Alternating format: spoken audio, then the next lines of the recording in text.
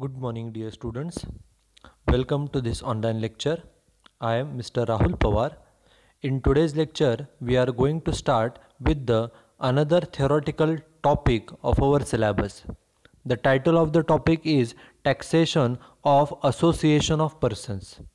We know that association of persons are popularly known as AOP. And in this particular lecture we are going to study what is the meaning of AOP, what are the different conditions for AOP, and at the end of this lecture we are going to study the difference between AOP and BOI, and after that we will study the residential status of AOP. Okay, आजच्या या लेक्चरमध्ये आपण taxation of association of persons हा theoretical part आपण सुरू करत आहोत. आजच्या या लेक्चरमध्ये सुरुवातीला आपण असोसिएशन ऑफ पर्सन्स म्हणजे काय, what is the meaning of association of persons, then एखादी असोसिएशन होण्यासाठी कोणकोणत्या कंडिशन्स आवश्यक आहेत, what are the different conditions for getting the status of AOP, ह्या कंडिशन्स आपण पाहणार आहोत.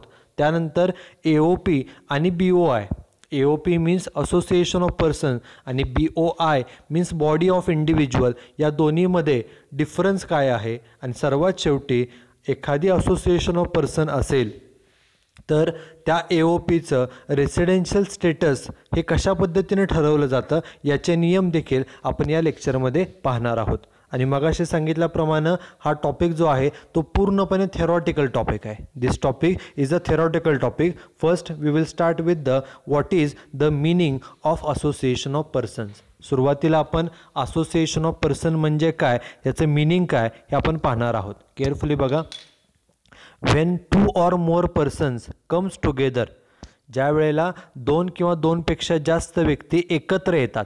आता इथं पर्सन असं म्हटलेलं आहे. पर्सन म्हणजे कोण, नॉर्मली आपल्याला पर्सन म्हणजे इंडिव्हिज्युअल व्यक्ती असं आपल्याला वाटतं, परंतु इन्कम टॅक्सच्या भाषेमध्ये पर्सनमध्ये फक्त पर्सन येत नाही, इंडिव्हिज्युअल येत नाही. त्यात कोण कोण येतं ते आपण पुढे पाहणारच आहोत. बघा काय सांगितलं आहे, when 2 or more persons comes together, ज्या वेळेला 2 किंवा 2पेक्षा जास्त व्यक्ती एकत्र येतात. कशासाठी, to protect their common interest, त्या सर्व लोकांचा जो काही कॉमन एक इंटरेस्ट आहे तो इंटरेस्ट प्रोटेक्ट करण्यासाठी, किंवा दुसऱ्या भाषेमध्ये सांगायचं झालं or to perform a joint business activity. 2 किंवा 2पेक्षा जास्त लोक एकत्र येतात एखादं कॉमन जॉईंटली सर्वांनी मिळून एखादे बिझनेस करण्यासाठी. It is called as a association of persons. त्याला असोसिएशन ऑफ पर्सन असं म्हटलं जातं, परंतु provided that it is not a partnership firm, ती पार्टनरशिप फर्म नसावी, or HUF or company or local authority. म्हणजेच काय, ज्या वेळेला 2 किंवा 2पेक्षा जास्त persons, when 2 or more persons comes together for what purpose, for running a joint business activity, एखादं business activity करण्यासाठी ते एकत्र येऊन काम करत असतात. नॉर्मली आपण काय म्हणतो, 2पेक्षा जास्त लोक एकत्र येऊन काम करतात म्हणजे ती पार्टनरशिप फर्म आहे. परंतु पार्टनरशिप फर्ममध्ये ते जे लोक आहेत ते पार्टनरशिप फर्म ते रजिस्टर करतात, ओके, आणि ते त्यासाठी काम करत असतात. आणि पार्टनरशिप फर्ममध्ये मात्र फक्त पार्टनर्स असतात, इंडिव्हिज्युअल लोक असतात. परंतु आपण हे जे AOP बघतोय, असोसिएशन ऑफ पर्सन, यामध्ये काय फक्त व्यक्ती येतात असं नाही. म्हणून मगाशी जे सांगितलं की when 2 or more persons comes together, person म्हणजे कोण, तर पर्सनमध्ये इंडिव्हिज्युअल येतात, पर्सनमध्ये पार्टनरशिप फर्म येते, पर्सनमध्ये कंपनीसुद्धा येते, पर्सनमध्ये HUF सुद्धा येतं. म्हणजे जर समजा असे काही लोक एकत्र आले, समजा काही इंडिव्हिज्युअल व्यक्ती आहेत, एखादी पार्टनरशिप फर्म आहे, एखादी कंपनी आहे किंवा एखादी HUF आहे, असे सर्वजण एकत्र आले कशासाठी, तर टू प्रोटेक्ट देअर इंटरेस्ट, त्यांच्या इंटरेस्टसाठी, त्यांच्या फायद्यासाठी, किंवा to run a joint business activity, सर्वांनी मिळून एक कॉमन बिझनेस ॲक्टिव्हिटी करण्यासाठी जर हे सगळे लोक एकत्र आले तर त्या बिझनेस ॲक्टिव्हिटीला किंवा त्या असोसिएशनला, त्या संघटनेला AOP म्हणजेच असोसिएशन ऑफ पर्सन असं म्हटलं जातं. फक्त काय त्यामध्ये condition, provided that it is not a partnership firm, ती पार्टनरशिप फर्म नसावी, or a company or HUF, ती जी काय असोसिएशन आहे ती असोसिएशन ती संघटना HUF नसावी, हिंदू अनडिवायडेड फॅमिली नसावी किंवा पार्टनरशिप फर्म नसावी किंवा कंपनी नसावी, तर त्या संघटनेला असोसिएशन ऑफ पर्सनचा दर्जा हा दिला जातो as per income tax act. Okay, त्यामुळे AOPचं जे मिनिंग आहे as per income tax act there is no any specific definition given. Okay, but this definition is given by the Supreme Court in one of their order. Income tax ॲक्टमध्ये association of पर्सनची कोणतीही व्याख्या दिलेली नाही.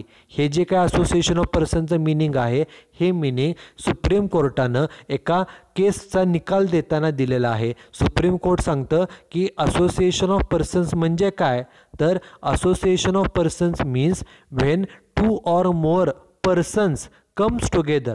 ज्या वेळेला 2 किंवा 2पेक्षा जास्त व्यक्ती एकत्र येतात. व्यक्ती म्हणजे फक्त इंडिव्हिज्युअल नाही.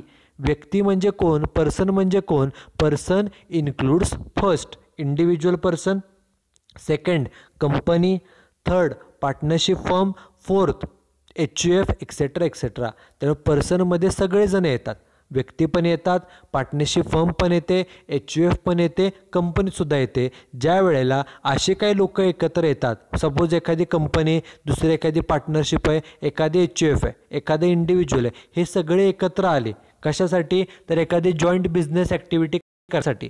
ओके, एखादा बिझनेस करण्यासाठी ते एकत्र आले असतील तर तो जो बिझनेस आहे त्या बिझनेसला AOPचा दर्जा मिळू शकतो. Take simple example, suppose during a Diwali festival, एक दिवाळी फेस्टिवल आहे, त्या फेस्टिवलमध्ये सपोज 1-2 व्यक्ती आहेत, इंडिव्हिज्युअल व्यक्ती, त्यांना सपोज फटाक्याचं शॉप ओपन करायचं असेल, त्यासाठी ते 2 व्यक्ती एकत्र आले.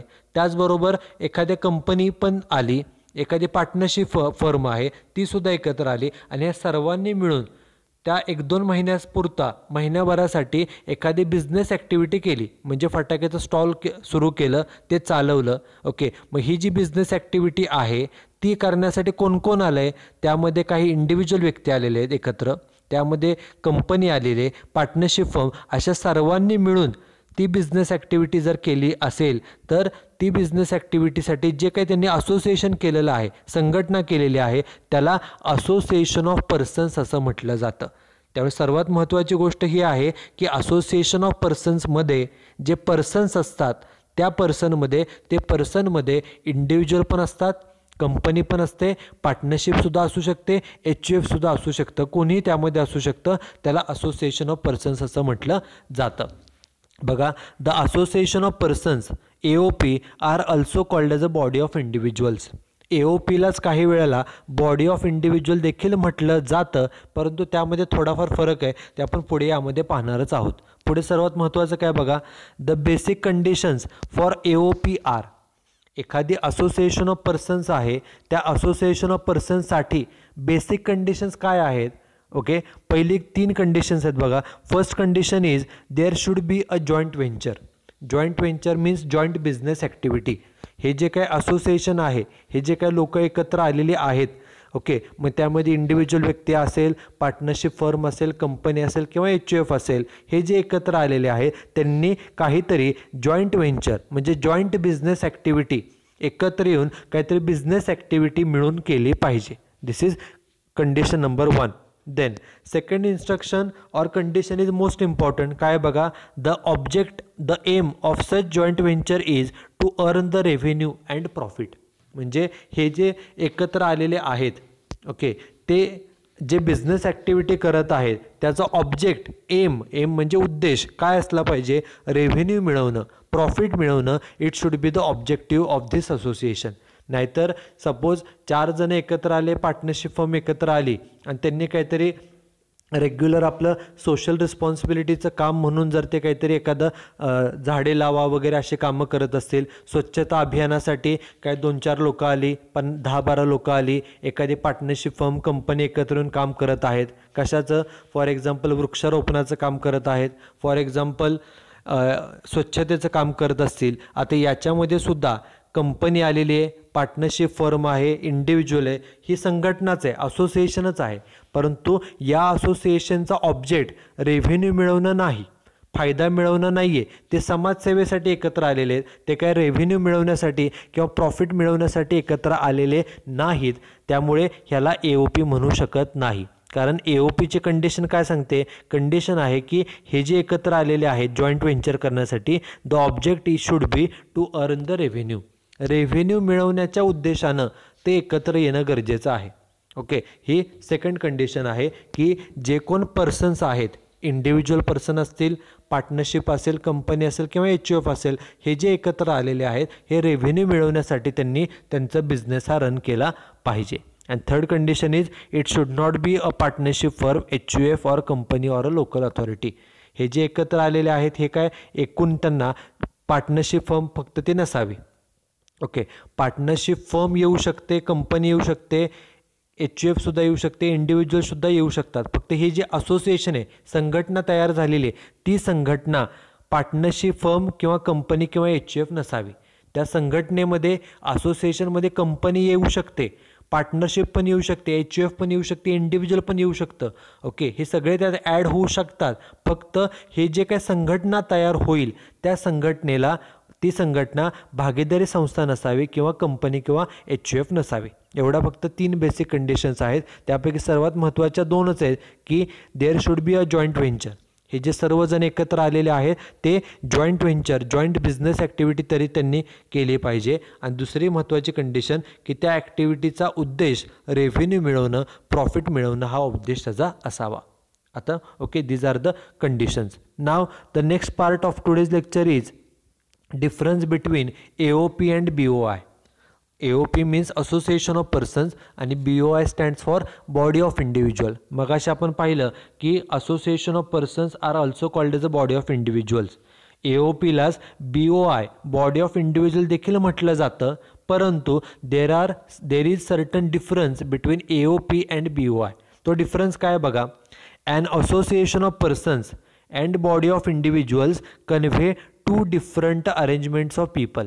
जरी हे 2 शब्द एकसारखे वापरले जात असले तरी ह्या 2 वेगवेगळ्या प्रकारच्या लोकांच्या एकत्र येण्याच्या अरेंजमेंट्स आहेत, पद्धती आहेत, वेगवेगळ्या पद्धती. काय बघा, the fact that both of these expressions at times are used interchangeably. काही वेळा, कित्येक वेळा हे 2 शब्द एकमेकाला समानार्थी शब्द म्हणून वापरले जात असले तरी doesn't justify the restrictive interpretation. तरी त्या दोन्हींचा अर्थ एकच आहे असं होत नाही. Generally these 2 words are used interchangeably. एकमेकांना समानार्थी असल्यासारखे हे 2 शब्द वापरले जातात.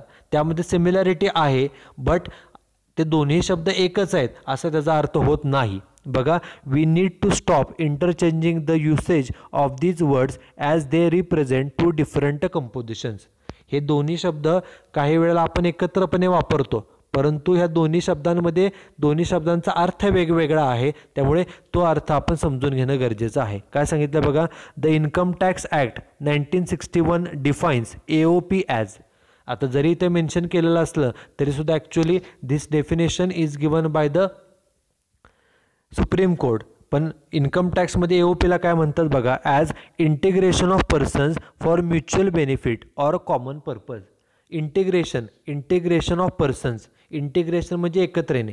ज्या वेळेला लोक एकत्र येतात कशासाठी, स्वतःच्या बेनिफिटसाठी, एका कॉमन ऑब्जेक्टिव्हसाठी, त्याला आपण AOP असं म्हणतो. This definition is given by the income tax act. But actually as per the supreme court's order AOP means an association of persons means when 2 or more persons.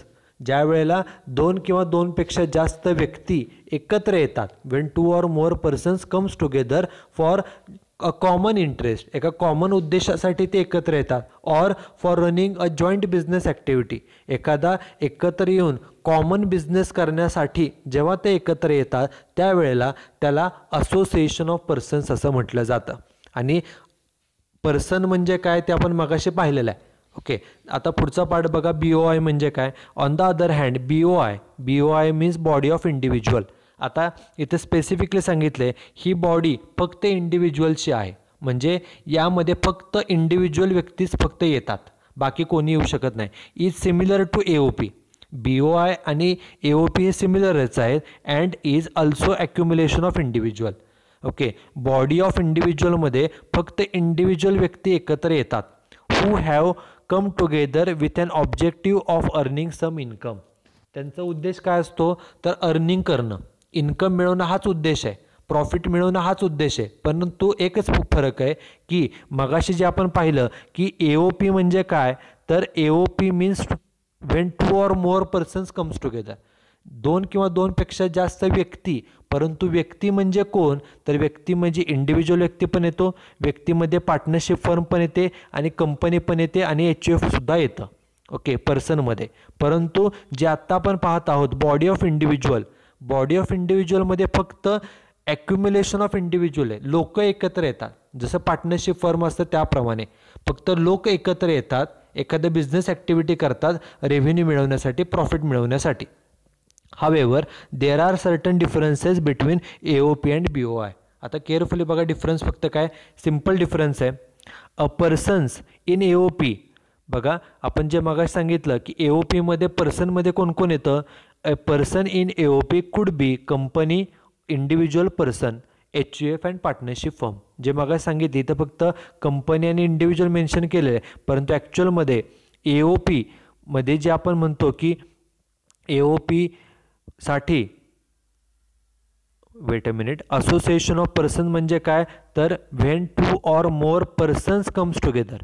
जेव्हा 2 किंवा 2पेक्षा जास्त व्यक्ती एकत्र येतात. व्यक्ती म्हणजे काय तर व्यक्तीमध्ये इंडिव्हिज्युअल पण येतो, पार्टनरशिप पण येते, कंपनीसुद्धा येते, त्यामध्ये HUF सुद्धा येऊ शकते. त्यामुळे यामध्ये हे सर्वजण इन्क्लूड होतात. ते सांगितले इथे की a person in AOP could be company, individual, HUF, partnership etcetera.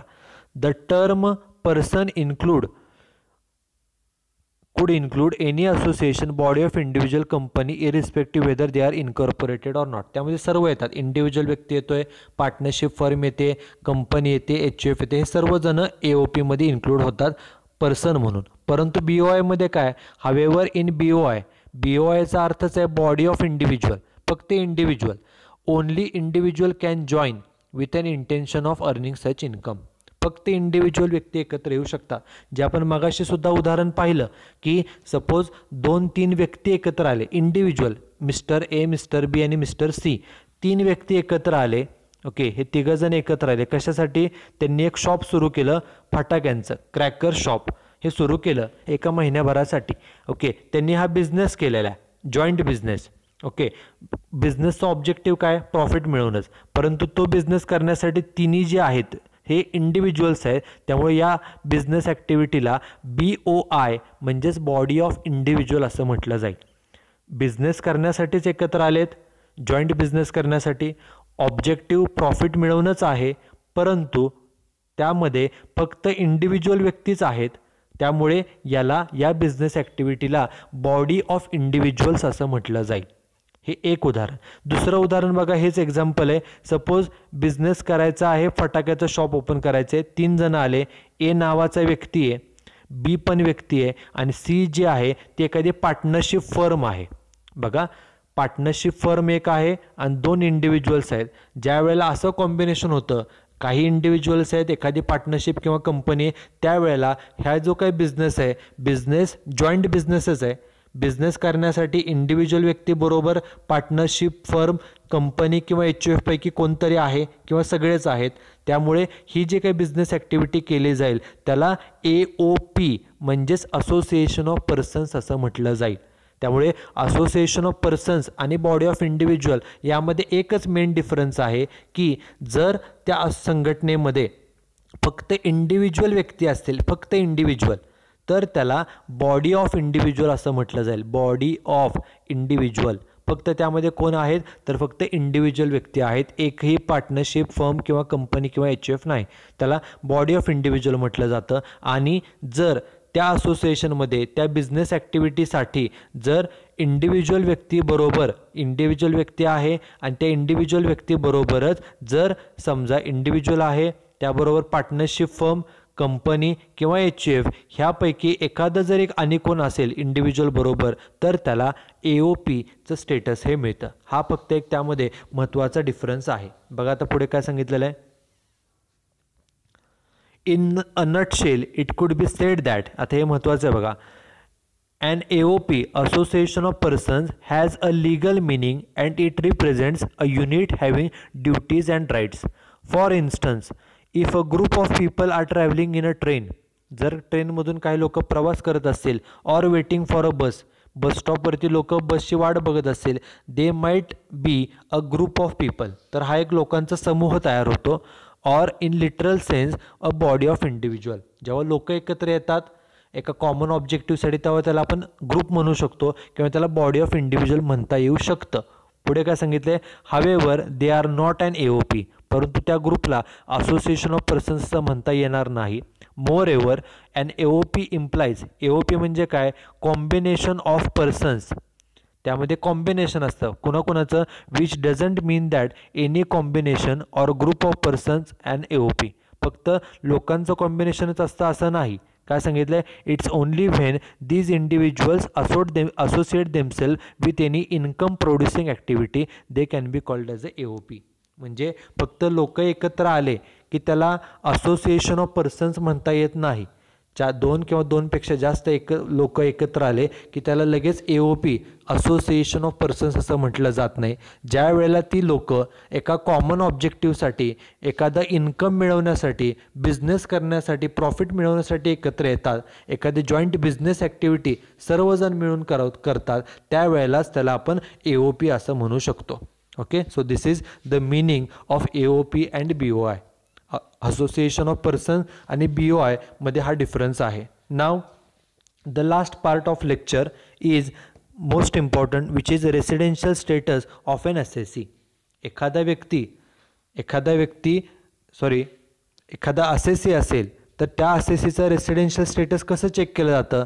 आपला पॉईंट आहे residential status of AOP, association of person. काही लोक आले, काही कंपनी त्यात आहे किंवा पार्टनरशिप फर्म आहे, ह्या सर्वांनी मिळून एखादा बिझनेस केल्यानंतर त्यांना जो काय प्रॉफिट होईल त्या प्रॉफिटवरती त्यांना गव्हर्नमेंटला टॅक्स पेड करायचा आहे. टॅक्स पेड करण्यापूर्वी, before calculating the tax liability, first we have to determine the residential status. कोणताही व्यक्ती असो, the person may be individual person, company, partnership, HUF, AOP और BOI, कोणत्याही व्यक्तीचं टॅक्स कॅल्क्युलेट करण्यापूर्वी आपल्याला त्या व्यक्तीचं रेसिडेन्शियल स्टेटस हे चेक करावं लागतं. काय सांगितलं बघा, the tax liability and tax rate applicable to SSC are depend upon their residential status. एखाद्या व्यक्तीनं टॅक्स किती टक्क्याने पेड करायचा आहे, त्याचबरोबर टॅक्स कोणत्या इन्कमवरती पेड करायचा आहे हे त्या व्यक्तीच्या रेसिडेन्शियल स्टेटसवरून ठरतं. ओके, बघा, therefore before calculating the total income calculate करण्यापूर्वी, कुणाचं, इंडिव्हिज्युअल व्यक्तीचं असो, कंपनीचं असो, पार्टनरशिप फर्म, जॉईंट फॅमिली किंवा AOPचं असो, before calculating the total income of AOP, it is necessary to check the residential status.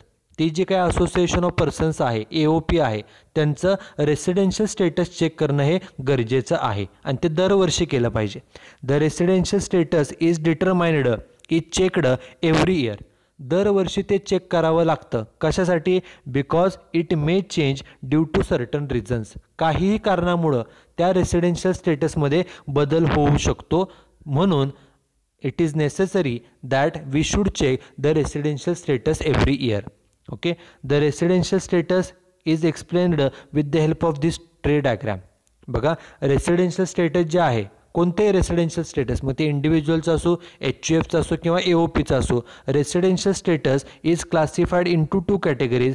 First is resident and second is non resident. Okay, एकतर ते रेसिडेंट हे स्टेटस मिळतं किंवा नॉन रेसिडेंट, ह्या दोन्हीपैकी एक मिळतं. आणि जर रेसिडेंट स्टेटस मिळालं तर पुन्हा त्याचे दोन प्रकार होतात, ऑर्डिनरी रेसिडेंट आणि नॉट ऑर्डिनरी रेसिडेंट. ओके, आत्ता जे सांगितलं त्यामध्ये जे last sentence it is most important. Okay, before calculating the total income of AOP we have to check its residential status.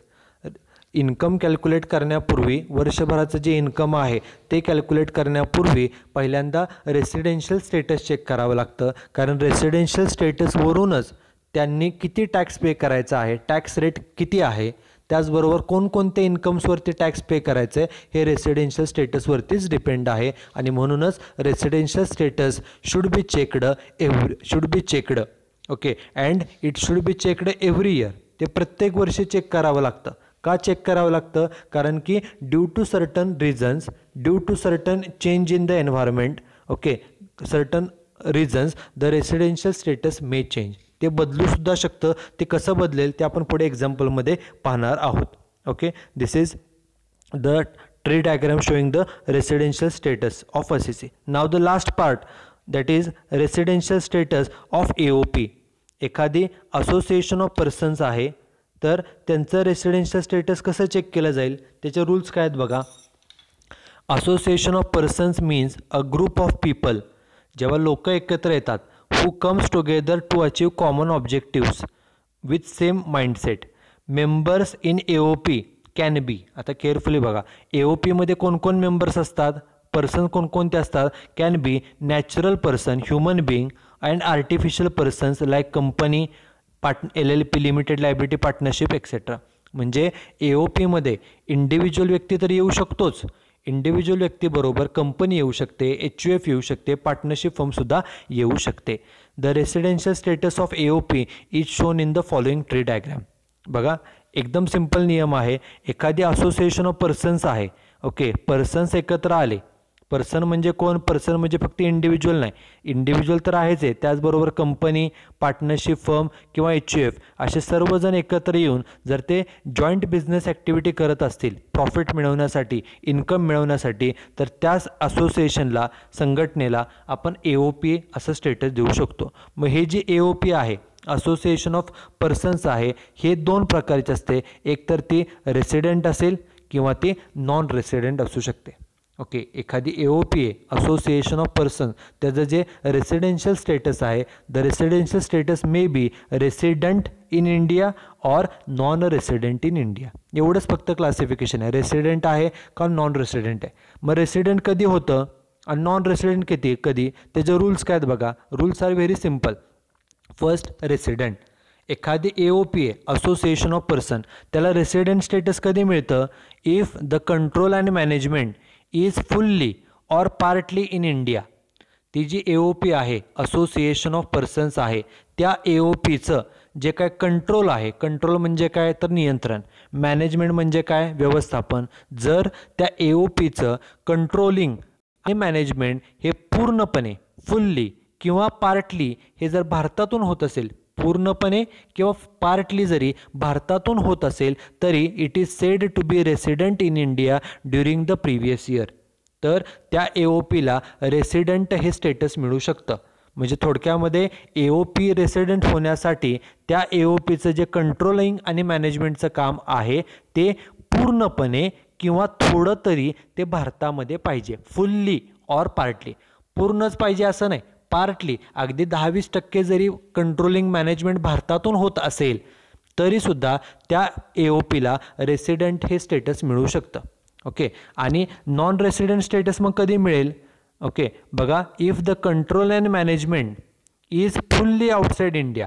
त्या AOPवरती AOPचं जे काय कंट्रोलिंग आहे किंवा जे काय मॅनेजमेंट आहे ते जर पूर्णपणे 100% हे जर भारताच्या बाहेरून होत असेल, तर भारतामध्ये कंट्रोलिंग मॅनेजमेंट काहीच नसेल, सर्व भारताच्या बाहेरून होत असेल, तर त्या जे काय AOP आहे त्यांना said to be non resident during the previous year. तर त्या वर्षभरापुरतं त्यांना जे स्टेटस आहे ते नॉन रेसिडेंटचं मिळू शकतं. त्यामुळे रेसिडेंट स्टेटस मिळवण्यासाठी कंट्रोलिंग आणि मॅनेजमेंट भारतामध्ये थोडं तरी, आपल्या देशामध्ये थोडं तरी असणं गरजेचं आहे. जर संपूर्ण भारताच्या बाहेर असेल, फुल्ली आउटसाईड असेल कंट्रोलिंग मॅनेजमेंट, तर मात्र त्यांना नॉन रेसिडेंटचं स्टेटस हे मिळणार आहे. आपण एक एक्झाम्पल बघू. फॉर एक्झाम्पल, एक 2-3 वर्ष घेतली, समजा पहिलं वर्ष, दुसरं वर्ष, तिसरं वर्ष. ओके, आपण जे मगाशी पाहिलं की residential status has to be checked every year. हे दरवर्षी चेक करण्याची का गरज आहे? सपोज पहिल्या वर्षी, ओके, पहिल्या वर्षी AOPचं जे कंट्रोलिंग मॅनेजमेंट आहे ते 100% भारतातूनच होत होतं.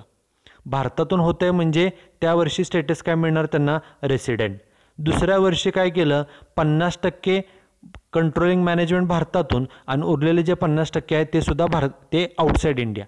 भारतातून थोडंफार तरी कंट्रोलिंग मॅनेजमेंट आहे, कंट्रोलिंग आणि मॅनेजमेंट थोडं जरी भारतातून असेल तरी त्या वर्षीसुद्धा रेसिडेंट स्टेटस मिळेल.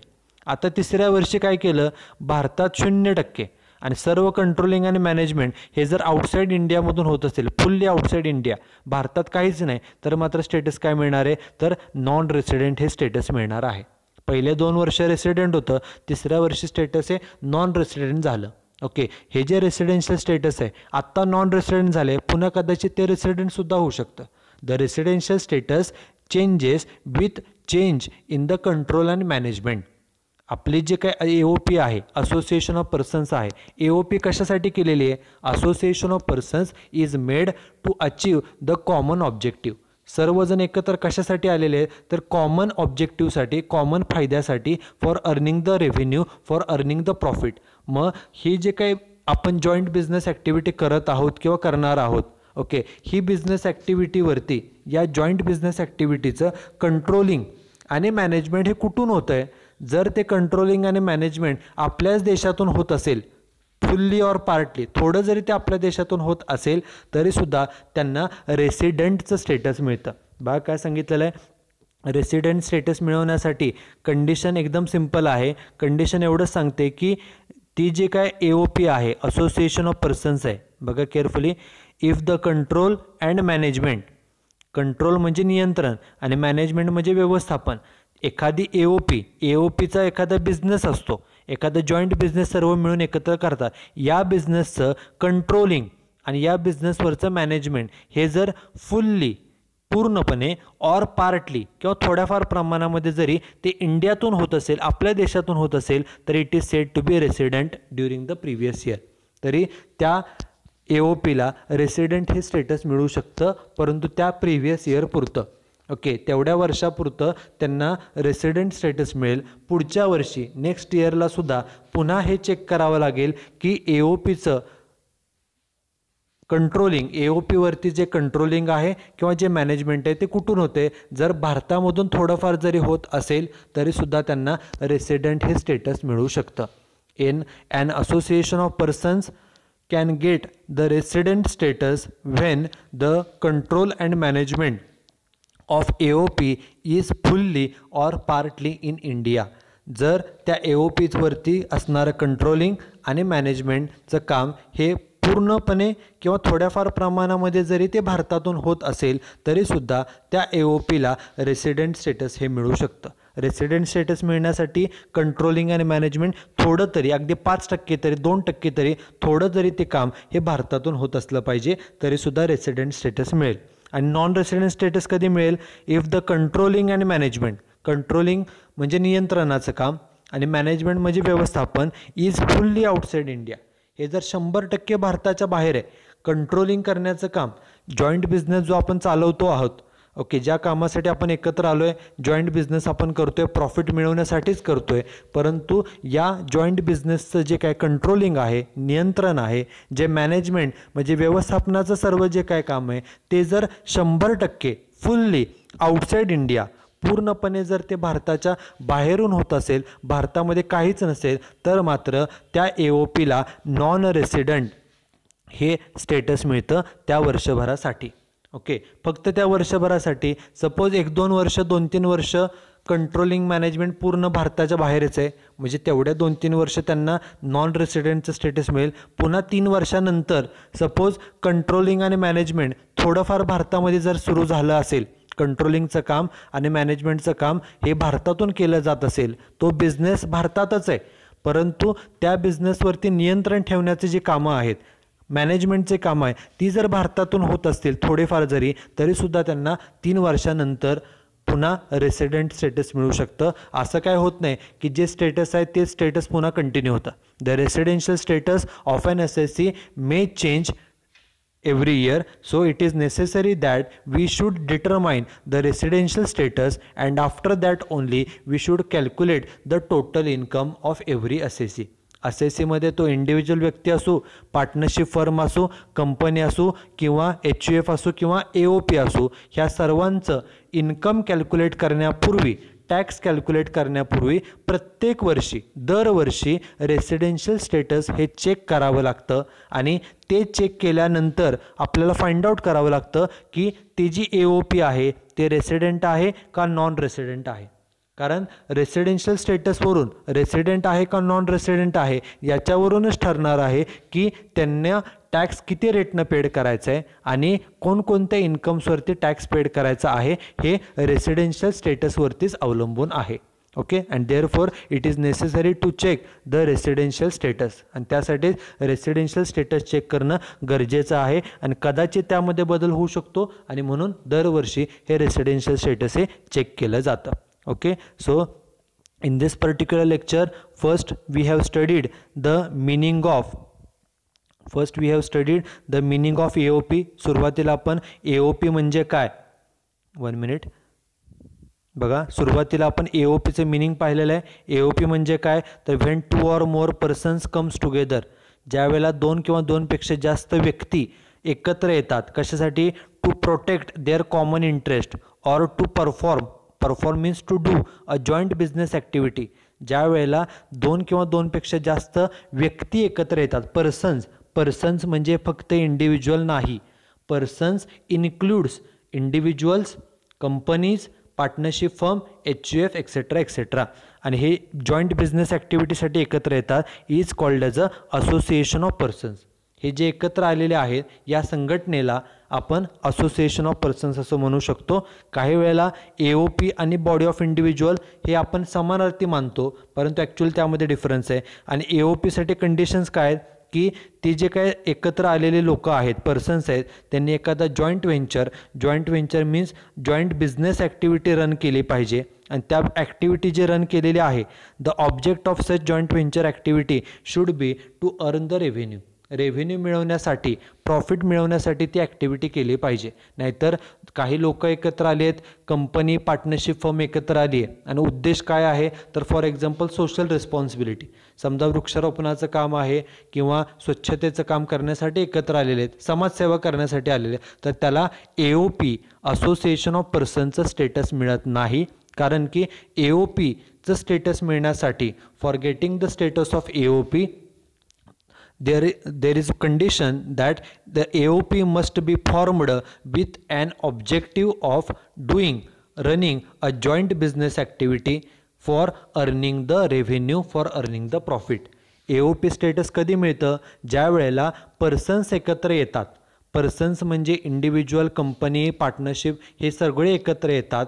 ओके, किंवा ह्यापैकी 2-3 जण एकत्र येतात आणि एखादा जॉईंट बिझनेस करण्यासाठी एकत्र येतात आणि बिझनेस करण्याचा उद्देश हा जर प्रॉफिट मिळवणं असेल तरच त्या असोसिएशनला AOPचं स्टेटस मिळतं. ओके, त्यानंतर आपण डिफरन्स पाहिलेला आहे. AOP आणि BOI दोन्ही शब्द समानार्थी असल्यासारखे वापरले जातात, पण दोन्हीमध्ये एकच फरक आहे की बॉडी ऑफ इंडिव्हिज्युअल जे असतं त्यामध्ये फक्त आणि फक्त इंडिव्हिज्युअल व्यक्ती येतात. त्याचं उदाहरण आपण पाहिलं फटाक्याचं स्टॉलचं. 2 जणांनी फटाक्याचा स्टॉल सुरू केला, हे दोघंच जण त्यामध्ये एकत्र आलेले आहेत आणि फक्त इंडिव्हिज्युअल्स आहेत, म्हणून त्या बिझनेस ॲक्टिव्हिटीला BOI म्हणजेच बॉडी ऑफ इंडिव्हिज्युअल म्हटलं जाईल.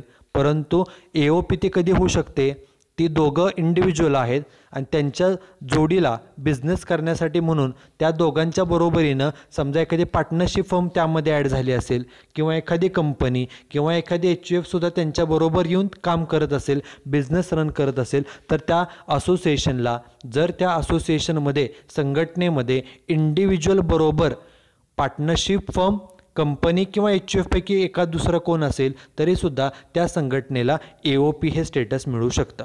ओके, हा फक्त दोन्हीमध्ये बेसिक डिफरन्स आहे. अँड लास्टली आपण ह्या दोन्हीचं पाहिल्यानंतर रेसिडेन्शियल स्टेटस, एखाद्या व्यक्ती इंडिव्हिज्युअल असेल, व्यक्ती पार्टनरशिप फर्म असेल, कंपनी असेल किंवा AOP असेल, यांचं रेसिडेन्शियल स्टेटस का महत्त्वाचं आहे, का चेक केलं जातं हे आपण पाहिलं. त्यामध्ये आपण सुरुवातीला पाहिलं की एखाद्या व्यक्तीनं टॅक्स किती रेटनं पेड करायचं, टॅक्स रेट, आणि त्याची टॅक्स लायबिलिटी जी आहे ही त्या व्यक्तीच्या रेसिडेन्शियल स्टेटसवरती अवलंबून असते. आपण जॉईंट बिझनेस करण्यासाठी AOP केलेली आहे. लोक एकत्र कशासाठी आलेले तर जॉईंट बिझनेस हा प्रॉफिटसाठीच असतो. मग जो काय प्रॉफिट होणार आहे ओके त्या बिझनेसला, जॉईंट बिझनेसला, त्या प्रॉफिटवरती त्या AOPनं गव्हर्नमेंटला टॅक्स पेड करायचा असतो. आणि जो टॅक्स पेड करायचा आहे त्यासाठी इन्कम किती आहे, त्या AOPचं प्रॉफिट किती आहे हा अगोदर कॅल्क्युलेट करावा लागेल. आणि हा प्रॉफिट, हा इन्कम कॅल्क्युलेट करण्यापूर्वी त्या AOPचं, त्या असोसिएशनचं रेसिडेन्शियल स्टेटस ही ती जी काही असोसिएशन आहे ती रेसिडेंट आहे का ती नॉन रेसिडेंट आहे हे अगोदर चेक केलं जातं. कारण अगोदर रेसिडेन्शियल स्टेटस चेक केलं जातं आणि त्या स्टेटसनुसारच मग त्यांचं इन्कम, त्या AOPचं इन्कम आणि त्यांचा टॅक्स हा त्या रेसिडेन्शियल स्टेटसवरतीच डिपेंड आहे. ओके. आणि रेसिडेंट कधी होते तर त्या AOP बिझनेसचं कंट्रोलिंग आणि मॅनेजमेंट, तो जो काही जॉईंट बिझनेस आपण चालवतो आहे त्यावरचं कंट्रोलिंग म्हणजे नियंत्रण आणि मॅनेजमेंट हे जर फुल्ली किंवा पार्टली, पूर्णपणे किंवा थोडंफार जरी भारतातून होत असेल तर रेसिडेंट, आणि जर 100% कंट्रोलिंग आणि मॅनेजमेंट हे जर भारताच्या बाहेर, भारतात काहीच नाही तर मात्र त्यांना नॉन रेसिडेंट हे स्टेटस मिळतं. Okay. So these are the rules to determine the residential status of AOP. Okay, so that's it with this lecture. Thank you very much.